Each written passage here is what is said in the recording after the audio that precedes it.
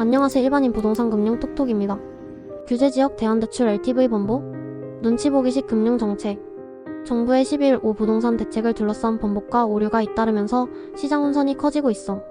대출 규제가 시작되면서 서민과 실수요층까지 피해를 본다는 말도 나오는 가운데 정부 관련 공무원들의 실언과 갭투자 이력 논란까지 겹치며 피로감이 커지고 있지.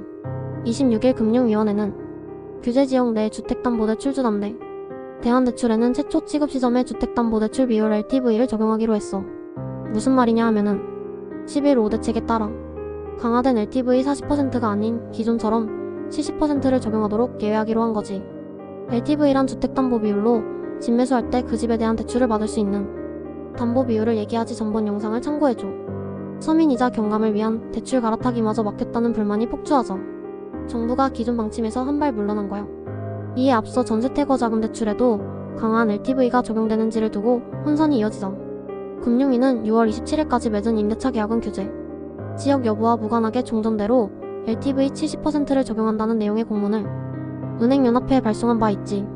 그런데 전세태거 자금 대출도 실제 은행권 다녀보면 한숨 나와 다음에 따로 영상을 올릴 거지만 자기 집에서 생활안정자금, 담보대출, LTV와 보증금 중에 적은 금액을 내어주던 방식에서 기존 규제지역 때 시행한 역전세 반환대출의 규제를 적용해서 진행을 하더라고. 엄청 복잡해 뭔 말인지도 모르겠어. 간단히 얘기하면 DSR도 그대로 적용하고 기존 LTV와 보증금 범위 한도에서 현재 임대인이 현재 살고 있는 집에 대한 보증금 또한 차감하더라고. 이게 뭐지? 다음에 영상으로 따로 한번 담아볼게.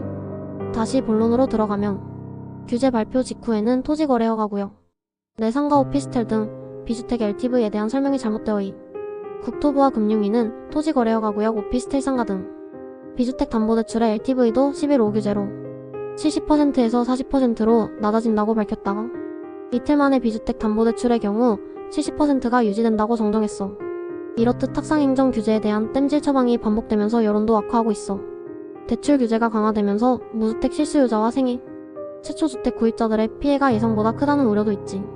생애 최초 주택 구입자의 경우 규제지역에 집을 사더라도 기존과 마찬가지로 LTV 70%가 적용된다고는 하지만 7월 1일 시행한 제3단계 스트레스 금리보다 더 강화된 11호 가산 스트레스 금리로 하한 상향 1.53, 0% 등으로 실제 대출 한도는 줄어들 수 있다는 게 은행권 설명이야. 여기에 무주택 실수요자라도 15억 원 이하 주택은 6억 원, 15억 원 초과 25억 원 이하 주택은 4억 원, 25억 원 초과 주택은 2억 원까지만 주담대가 허용되는 것도 일반 대출자와 같아.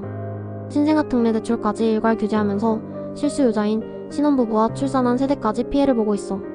국민의힘 김도읍 의원은 신생아 특례 대출은 국가적으로 저출생을 극복하고자 출산, 가구의 보금자리를 마련할 수 있도록 지원하는 정책 대출인데 이것까지 규제하는 것은 정책 목적에 부합하지 않는다며 실수요자인 신혼부부와 출산 가구를 위해 조속히 대책을 마련해야 한다고 주장했지만 정부 담당 공무원들의 실언은 기름을 붓고 있어.